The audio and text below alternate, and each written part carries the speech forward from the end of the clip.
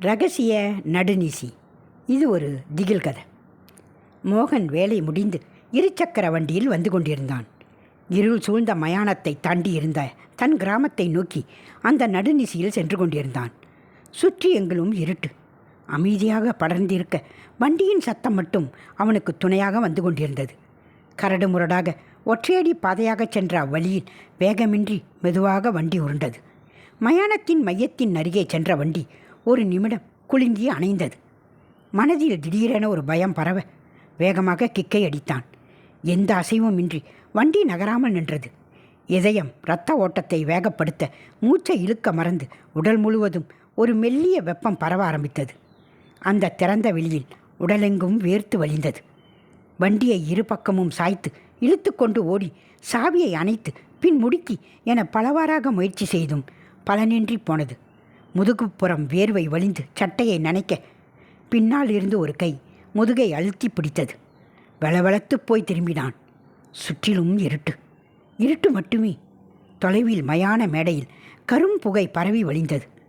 பயத்தில் அடிவயிறு முட்ட நெஞ்சை அடைக்க வண்டியை உருட்டி கொண்டு ஓடிவிடலாம் என நினைத்து வண்டியை தள்ளினான்.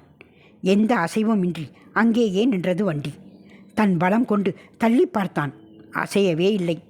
மயான அமைதியை சுற்றியுள்ள சூழல் உரைக்க அரண்டு போய் வண்டியை அங்கேயே போட்டுவிட்டு தட்டு தடுமாறி இருண்ட அந்த கல் பாதையில் மூச்சிறைக்க ஓடினான். ஏதோ முனகும் சத்தம் காதுகளின் பக்கத்தில் கேட்டது. தலையிலிருந்து வேர்வை காதோரம் வடிய கண்கள் மிரண்டு மெல்ல திரும்பினான். அதிர்ச்சியில் ஒரு கணம் இதயம் நின்றது. அங்கே கீழே போட்டுவிட்டு வந்த வண்டி நேராக நிற்க வண்டியின் முன்பக்க லைட் பிரகாசமாக எரிய அதன் மேல் ஒரு சிறு உருவம் கருப்பாக அமர்ந்திருந்தது. பயத்தில் அலறிக்கொண்டு முன்பக்கம் திரும்பி ஓடியவன் கால்களை யாரோ பிடித்து இழுக்க நிலை குலைந்து சத்தத்துடன் விழுந்தான். விழுந்த வேகத்திலேயே பெரிய கல் ஒன்று நெற்றியை பதம் பார்க்க வலி ஏறி அரற்றினான். மூச்சு அவசரமாக நாசியில் ஓட நெஞ்சு வேகமாக ஏறி இறங்கியது. தலை சுற்ற ஆரம்பித்தது.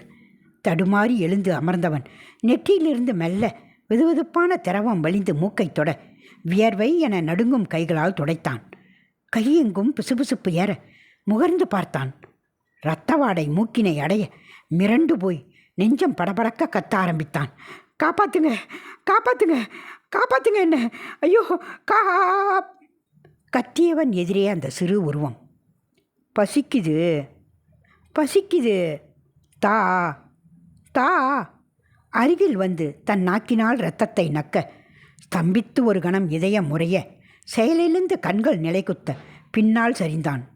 இரத்தத்தை நாவினால் சுவைத்த அந்த உருவம் மெல்ல கூறிய பற்கள் கொண்டு கண்ணக்கதுப்பை கவ்வி இழுத்தது. மறுநாள் நாளிதழில் ஒரு பக்க செய்தி வந்திருந்தது. இரவில் தனியாக சென்ற வாலிபன் மர்மமான முறையில் உருத்தெரியாமல் கொலை. கொன்றவர்களை போலீஸ் வலைவீசி தேடுகிறது.